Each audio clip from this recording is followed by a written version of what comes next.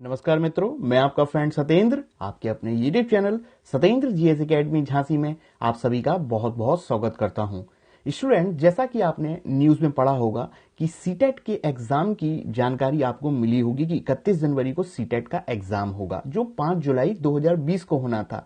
Covid 19 के चलते आपने देखा होगा कि अब 2021 में होगा आपका सीटेट का। कब? 31 जनवरी न्यूज में आ चुका है अखबार में।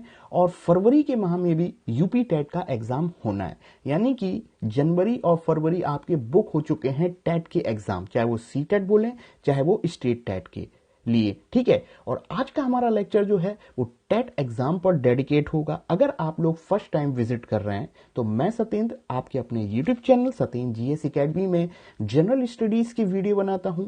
हिस्ट्री मेरा सब्जेक्ट है, पॉलिटी मेरा सब्जेक्ट है, करंट अफेयर, इकोनॉमी के साथ मनोविज्ञान और पर्यावरण अध्ययन पेडागोजी पढ़ाने का एक प्रयास है जो आपके सामने मैं कर रहा हूं। और कोशिश प्रयास जारी रहेगा और इन सब्जेक्टों को मैं आपकी नींव मजबूत कराऊंगा आपकी। ठीक है, और आज का लेक्चर जो है हमारा मनोविज्ञान पर होगा। और आज हम किसी एक बहुत ही फेमस चिंतक या थिंकर को कवर करने की कोशिश करेंगे। और आज का लेक्चर कंप्लीट एक नहीं होगा, कहने का अर्थ कुछ पार्ट्स में बनाऊंगा मैं। ये 2 या 3 पार्ट्स में आपको देखने को मिलेगा आज का टॉपिक, क्योंकि अगर पूरा लेंथी टॉपिक हो जाएगा ना तो वो आपको डाइजेस्ट नहीं होगा। तो इस लेक्चर को आप पार्ट 1 और पार्ट 2 में कवर करने की कोशिश करेंगे। थोड़ा लॉजिकल है, लेकिन यहां से क्वेश्चंस हर स्टेट के टेट में आपको देखने को मिलेंगे। और उस मनोवैज्ञानिक का नाम है जीन पियाजे। ठीक है, जीन पियाजे से ही शुरुआत करते हैं हम लोग। ठीक है, तो हेडिंग बना लीजिएगा, जीन पियाजे का संज्ञानात्मक विकास का सिद्धांत। क्या सिद्धांत दिया था इन जीन पियाजे ने? संज्ञानात्मक विकास का सिद्धांत। इंग्लिश में कहें तो cognitive development theory of Jean पियाजे। ठीक है, पहले थोड़ा सा संज्ञान क्या होता है उससे पहले जीन पियाजे की बात करते हैं। स्टूडेंट्स, जीन पियाजे जो हैं उनका जन्म 1896 में स्विट्जरलैंड में हुआ था, यानी कि यूरोप में हुआ था। अब जीन पियाजे के बारे में कुछ महत्वपूर्ण बिंदु बोलूंगा, आप ध्यान में रखेंगे जो एग्जाम में आपके लिए इंपॉर्टेंट हैं। ठीक है, सेकंड पॉइंट ये है कि जीन पियाजे जिन्होंने संज्ञानात्मक विकास का सिद्धांत दिया, जिनका जन्म स्विट्जरलैंड में 1896 में हुआ था, वो एक बहुत ही प्रसिद्ध जंतु वैज्ञानिक थे, जूलॉजी से रिलेटेड थे। और इनका जंतु वैज्ञानिक में बहुत इंटरेस्ट रहा, इनकी जिज्ञासा बहुत ज्यादा थी। धीरे धीरे आगे चलते गए, इन्होंने अपने ज्ञान के दर्शन को आगे बढ़ाया, ज्ञान की मीमांसा पर अध्ययन किया। मीमांसा यानी कि विवेचना या अध्ययन, डिटेल में जाना। ज्ञान की मीमांसा पर अध्ययन किया और इन्होंने अपना एक सिद्धांत दिया जो लॉजिक से, जो तर्क से, जो मानसिक या बुद्धि जो होती है जहां पे लॉजिक, उसको उन्होंने संज्ञान का नाम दिया और प्रिंसिपल कहलाया संज्ञानात्मक विकास का सिद्धांत। ठीक है, कॉग्निटिव डेवलपमेंट थ्योरी। अब स्टूडेंट ध्यान दीजिएगा, एक शब्द होता है ज्ञान, एक होता है संज्ञान, दोनों में अंतर है। ज्ञान यानी कि नॉलेज और संज्ञान यानी कि कॉग्निटिव, दोनों में अंतर। कैसे? ज्ञान का अर्थ मैं आपसे बोलूं कि भारत की राजधानी क्या है? दिल्ली। ठीक है, भारत की राजधानी दिल्ली। या मैं ये बोलूं किसी ने आपको कुछ पढ़ाया और पढ़ने के बाद आपने उसका एप्लीकेशन किया, प्रयोग किया। कहने का अर्थ ये है, ज्ञान एक बेसिक चीज है। जब उस ज्ञान को हम लोग एडवांस लेवल पर ले जाते हैं या और ज्यादा एडवांस लेवल पर ले जाते हैं तो वही ज्ञान बन जाता है आपका संज्ञान, जहां पर तर्क बुद्धि का प्रयोग किया जाता है, जहां पर मानसिक क्रियाओं का इस्तेमाल किया जाता है। यानी कि ज्ञान की सर्वोच्च कोटि क्या कहलाती है? आपकी संज्ञान। उसी से रिलेटेड इनका सिद्धांत है। ठीक है, इतनी बात हो गई। अब आगे ध्यान रखिएगा, जो पियाजे साहब थे ना, जब अपना इन्होंने सिद्धांत दिया, उसी समय क्या था कि बुद्धि के एक बहुत ही फेमस मनोवैज्ञानिक हैं, या बुद्धि के कर्ता धर्ता भी इन्हें कहा जाता है, अल्फ्रेड बिने, जो कि फ्रांस से संबंधित थे। इन्होंने फ्रांस में ही अध्ययन किया था। आपका किसने? अल्फ्रेड बिने ने। तो जीन पियाजे और अल्फ्रेड बिने की बहुत अच्छी फ्रेंडशिप भी थी। और उसी समय जब बिने साहब बुद्धि पर अध्ययन कर रहे थे तो जीन पियाजे ने भी बुद्धि वाले चैप्टर, या मैं ये बोलूं बुद्धि पर भी थोड़ी बहुत अपनी विवेचना प्रस्तुत की या उस पर भी थोड़ा बहुत कार्य किया। तो ये बेसिक चीजें ध्यान में रखेंगे कि इनका जन्म कब हुआ, ये जंतु वैज्ञानिक थे। ठीक है, इतनी बात हो गई। अब देखिएगा अगला पॉइंट, इनका सिद्धांत संज्ञानात्मक विकास का सिद्धांत है। और ये किसकी विकास की बात कर रहे हैं, संज्ञान के विकास की। तो कभी कभी ये भी पूछा जाता है कि इनके सिद्धांत को और किस नाम से जानते, तो ध्यान में रखिएगा इनके सिद्धांत को विकासात्मक सिद्धांत भी कहा जाता है। क्या बोला जाता है, विकासात्मक सिद्धांत भी कहा जाता है, क्योंकि ये बोलते हैं कि जो संज्ञान जो होता है वो एक दिन में नहीं आता, वो अवस्थाओं में आता है। यानी कि 2 साल में इतना सीखता है, 4 साल में इतना संज्ञान सीखेगा, 8 साल में इतना उसका तर्क बढ़ेगा, यानी कि अवस्थाओं में सीखता है। इसीलिए इनके सिद्धांत को अवस्थाओं के विकास का सिद्धांत बोलते हैं। यानी कि इस स्टेज में इतना इनका मेंटल ग्रोथ होगा, फिर इतना होगा, धीरे धीरे करके बढ़ता जाएगा। यानी कि डेवलपमेंट अवस्थाओं में होता है। ठीक है, इसलिए इनके सिद्धांत को विकासात्मक सिद्धांत या अवस्थाओं का सिद्धांत भी कहा जाता है। इतनी बात हो गई। चलिए अब हम लोग लेक्चर को आगे ले जाते हैं। प्याजे साहब थे जो, उन्होंने अपने सिद्धांत में संज्ञानात्मक विकास के कुछ पहलू बताए। उन पहलुओं को जानने से पहले अब मैं आपको संज्ञान के बारे में बता देता हूं कि क्या क्या चीज संज्ञान में शामिल की जा सकती हैं। जैसे कि मैंने अभी थोड़ी देर पहले बोला था कि संज्ञान का अर्थ जहां पर आपका दिमाग इस्तेमाल हो रहा हो, मेंटल प्रोसेसिंग हो रही हो, या मैं ये भी बोलूं कुछ भी चीज आप सोच रहे हो या तर्क बुद्धि का इस्तेमाल कर रहे हो, मैथमेटिकल कैलकुलेशन कर रहे हो, रीजनिंग कर रहे हो, या कुछ भूल गए हो उसको याद कर रहे हो, मेमोरी को, तो ये सारी क्रियाएं जो हैं आपकी संज्ञान से ही संबंधित हैं। इनको समझिए, परिभाषाओं पे ना जाइए। ठीक है, इतनी बात हो गई। अब हम लोग बोल रहे थे कि इन्होंने जो अपना सिद्धांत दिया, कॉग्निटिव डेवलपमेंट थ्योरी या संज्ञानात्मक विकास का सिद्धांत, उसके कुछ पहलू हैं। अब वो पहलू हैं क्या, यही से इनकी स्टोरी जो होती है इंपॉर्टेंट होना चालू हो जाती है। एक मिनट। तो स्टूडेंट, हम लोग बात कर रहे थे कि प्याजे ने कुछ महत्वपूर्ण शब्दावलियों की बात करी। ठीक है, कुछ महत्वपूर्ण पहलुओं की बात करी। ये महत्वपूर्ण शब्दावली के 2 शब्द हैं, बहुत ध्यान रखेंगे। पहला है संगठन, जिसे बोलते हैं ऑर्गेनाइजेशन। दूसरी शब्दावली है आपकी अनुकूलन। इन 2 को बहुत ध्यान से समझना है। पहले संगठन समझते हैं, फिर अनुकूलन समझते हैं। मान लेते हैं अगर हम संगठन को समझ रहे हैं, आप एक छोटे बालक हो या बड़े बालक हो या कोई भी XYZ कोई है आप। अब वो जो छोटा बालक है उसने किसी चीज को देखा, प्रत्यक्ष किया, उसको उसने देख लिया, समझ लिया, कुछ भी जो चीज देखी थी सीख लिया। सीखने के बाद जो कुछ भी उसकी मानसिक क्रियाओं के रूप में उससे संबंधित ज्ञान है, जो बौद्धिक संरचना उसकी जहां पर जो स्थिर होगी, और वो जो स्थिरता का उसका एक जो पैटर्न है, जो उसकी व्यवस्थापन है, वो कहलाता है आपका ऑर्गेनाइजेशन। जैसे नाम से समझ में आ रहा है कि ऑर्गेनाइज। अगर मैं आपसे बोलूं, क्या आप अकेले अकेले रहना चाहेंगे या एक सिस्टम में, ग्रुप में रहना चाहेंगे, एक सिस्टम में रहना चाहेंगे? तो आपका होगा कि हम एक सिस्टम में यूनाइट बन के रहना चाहेंगे, यूनिटी में रहना चाहेंगे, एक स्ट्रक्चर में रहना चाहेंगे। उसी तरह ऑर्गेनाइजेशन का भी अर्थ है कि जो चीज देखी प्रत्यक्ष रूप से, उसको हमने अपने मस्तिष्क में, या उन सूचनाओं को, जो चीज देखी वो सूचनाएं हैं, उनको, उन बौद्धिक सूचनाओं का जब हम लोग एक सिस्टम में, एक व्यवस्था का रूप देते हैं, तो वो कहलाता है आपका संगठन। ठीक है, अभी ये परिभाषा से उतना क्लियर नहीं होगा, एग्जाम्पल देंगे तो आपको आएगा। ठीक है, अभी इतना ध्यान में रखिएगा। ये हमने ऑर्गेनाइजेशन आपसे बोल दिया। अब आगे बढ़ते हैं। हमने बोला अनुकूलन क्या होता है।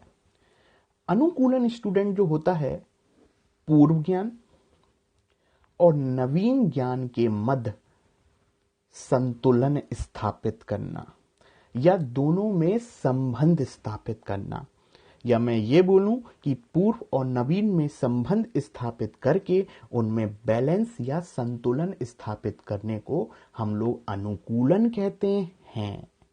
ठीक है, इतनी बात हो गई। अब यह जो अनुकूलन है वो 2 प्रकार का होता है। पहला कहलाता है आत्मसातकरण और दूसरा कहलाता है आपका समायोजन या समष्टीकरण या एकोमोडेशन। बहुत ध्यान से समझिएगा।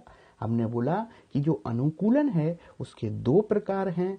पहला हमने बोला आत्मसातकरण और दूसरा बोला हमने, आत्मसातकरण को ध्यान में रखिएगा, एसिमिलेशन बोलते हैं, जबकि समायोजन को एकोमोडेशन बोलते हैं।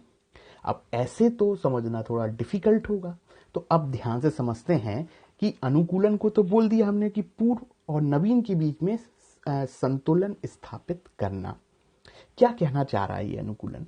मान लेते हैं आपने कुछ चीज देखी, ठीक है, कोई जानवर देखा, उससे संबंधित आपने ज्ञान ले लिया मस्तिष्क में। अब होता क्या है, कोई कुछ दिनों बाद दूसरा जानवर आपके सामने आ जाए जो रंग रूप में उससे मिलता जुलता है, लेकिन वो नहीं है जो पहले था। तो मैं या बालक के पास जो पूर्व ज्ञान था उस जानवर से संबंधित, वो नवीन ज्ञान में भी वो चीज ढूंढने का प्रयास करेगा और बोलेगा कि हाँ भाई ये भी वही है, ये भी वही है, जबकि है नहीं। यानी कि पूर्व और नवीन में संतुलन स्थापित नहीं हो रहा है। अगर उसको कोई बड़ा व्यक्ति ये बता दे कि ये वो नहीं है, ये दूसरा है, तो वो अगर पता चल जाए तो इसको बोलेगा कि वो बैलेंस या संतुलन की अवस्था में है। ठीक है, ये कहना चाह रहा है वो आपका। अब आगे बढ़ते हैं। ये परिभाषा ध्यान में रखिएगा, पूर्व और नवीन के बीच में संतुलन स्थापित करना। और जो अनुकूलन जो होता है आपका कितने प्रकार का होता है? दो प्रकार का होता है। पहला क्या बोला हमने? आत्मसातकरण और दूसरा समायोजन। अब देखिएगा आत्मसातकरण क्या होता है, बहुत ध्यान से समझना। पहले परिभाषा बोल दूंगा, फिर उसको हम लोग एग्जाम्पल के माध्यम से समझेंगे। आत्मसातकरण का अर्थ होता है आत्मसात करना। देखिए आत्मसात जैसे एसिमिलेशन बोलते हैं, यानी कि चीज आ रही है हमारे पास, यानी कि किसी चीज को जोड़ना। या इसको मैं ये भी बोल सकता हूं, आपके पास कोई प्रीवियस नॉलेज है या पूर्व ज्ञान है, और जब उस पूर्व ज्ञान में जो भी सूचनाएं आपके पास एकत्रित हैं और जब नवीन चीजों को जोड़ते हो, उनको जोड़कर उनमें मिलान करते हो, ध्यान में रखिएगा, पूर्व और ये नवीन दोनों को जोड़ रहे हो और जोड़ने के बाद मिलान कर रहे हो ज्ञान में, तो वो कहलाता है आपका आत्मसातकरण।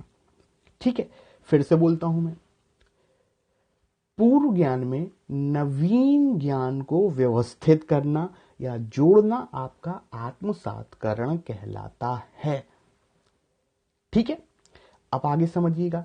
अब पूर्व ज्ञान में नवीन ज्ञान को जोड़ते हैं जब हम हैं, या जोड़ने के बाद हम ये बोलें कि जोड़ा, उसके बाद हमने ज्ञान में सुधार किया या विस्तार किया या मॉडिफाई किया।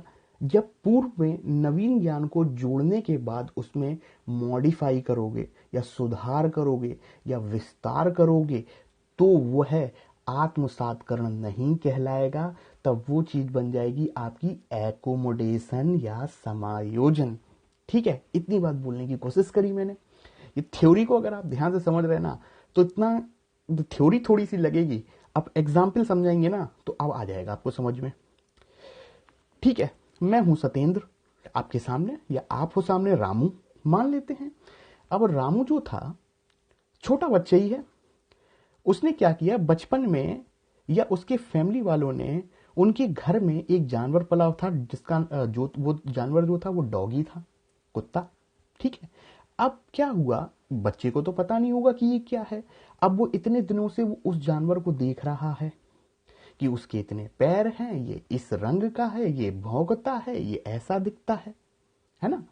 अब उसके घर वालों ने उसको बता दिया कि ये डॉगी है, और बालक उसको देख रहा है, तो उससे संबंधित जो भी उसका ज्ञान है वो पूर्व ज्ञान है, जो उसके मस्तिष्क में बौद्धिक संरचना के रूप में स्थित है।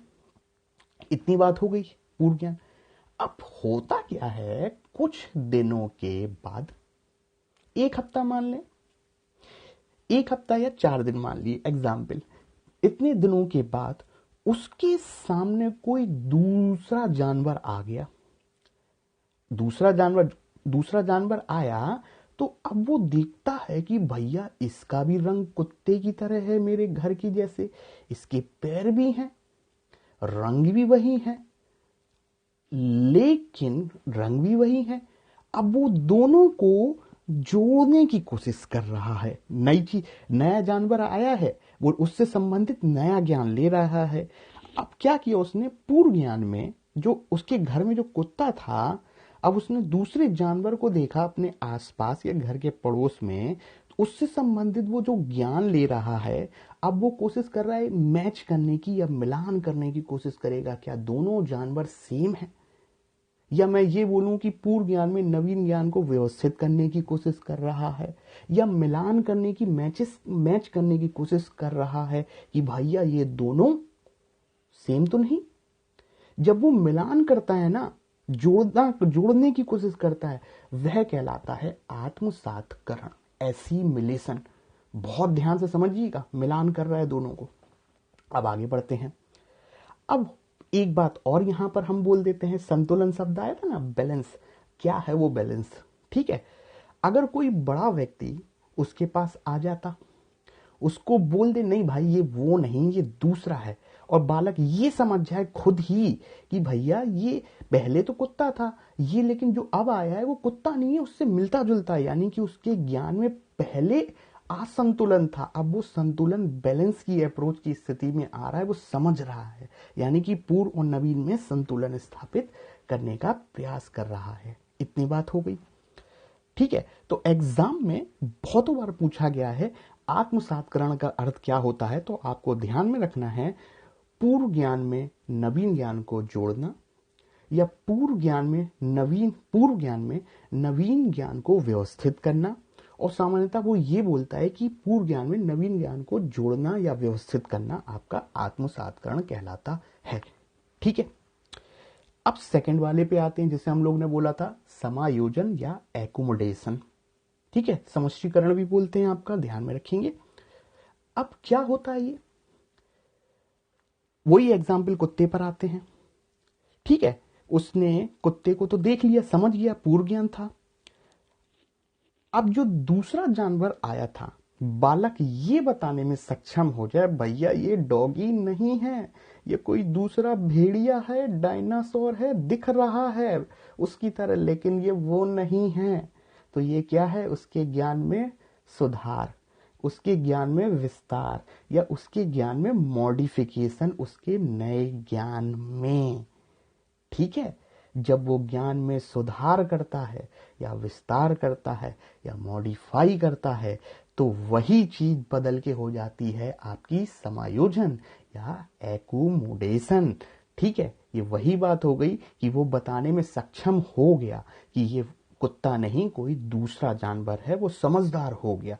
तो समायोजन को इस तरीके से परिभाषित कर दीजिएगा, पूर्व ज्ञान में जब नवीन ज्ञान को व्यवस्थित करते हैं या जोड़ने की कोशिश करते हैं, उसके बाद जब नवीन ज्ञान में हमें कुछ परिवर्तन करें या सुधार करें या विस्तार करें, या उसके ज्ञान में वृद्धि हो रही है या उसके ज्ञान की वृद्धि के साथ साथ उसके अनुभव में वृद्धि हो रही है, जो सुधार है, जो मॉडिफिकेशन है, जो अपग्रेडपन है, वो कहलाएगा आपका समायोजन, एकोमोडेशन या समष्टीकरण। आपका समष्टीकरण भी बोलते हैं हिंदी में, एग्जैक्ट ध्यान में नहीं आ रहा आपका। तो ये आपके शब्द हैं। कई बार, बहुत बार स्टेट टेट में और सीटेट में भी पूछा गया है कि जब पूर्व ज्ञान में नवीन ज्ञान को जोड़ते हैं और जोड़ने के बाद उसके ज्ञान में कुछ परिवर्तन हो रहा है, कुछ चेंज हो रहा है या विस्तार हो रहा है या मॉडिफिकेशन हो रहा है, तो वो आत्मसातकरण नहीं है, एसिमिलेशन नहीं है, वो आपका क्या है, समायोजन या एकोमोडेशन। उसने क्योंकि विस्तार की बात, अगर वो बोलता कि पूर्व ज्ञान में नवीन ज्ञान को व्यवस्थित कर रहे हैं या जोड़ रहे हैं, तो वो कहलाता आत्मसातकरण। उम्मीद है आपको ये जो मैंने बताने की कोशिश करी है वो समझ में आया होगा। मैं फर्स्ट टाइम व्यूअर से ये जरूर बोलूंगा कि लेक्चर को कंप्लीट, जो मैंने आज कंप्लीट किया है 25%, इसको जरूर देखें और कंप्लीट ए से लेके जेड तक देखेंगे तब समझ में आएगा। ठीक है, क्योंकि कुछ टॉपिक कॉम्प्लिकेटेड बहुत से लोगों को लगते हैं, उनको हमें सरल करना है।